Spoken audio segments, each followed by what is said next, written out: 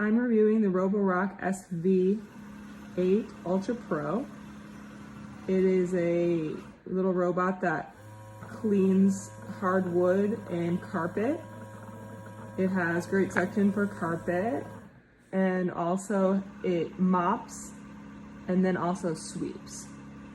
It has a little area here for water and soap, and it also has an app where you kind of set up the different things, like what time they should go and clean, and then you can also see what they clean. It has sensory, so it can see what's in the way, let you know what's in the way.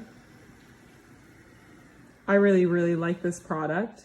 It allows it to keep the house really tidy, and you know, setting those times really are cool, especially because we have cats, so it allows us to keep it clean with all the litter tracking.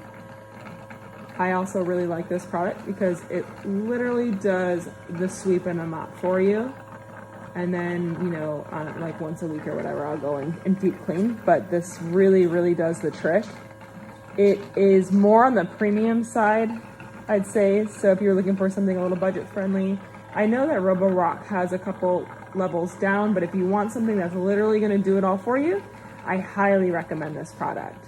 Thanks so much for listening to my review.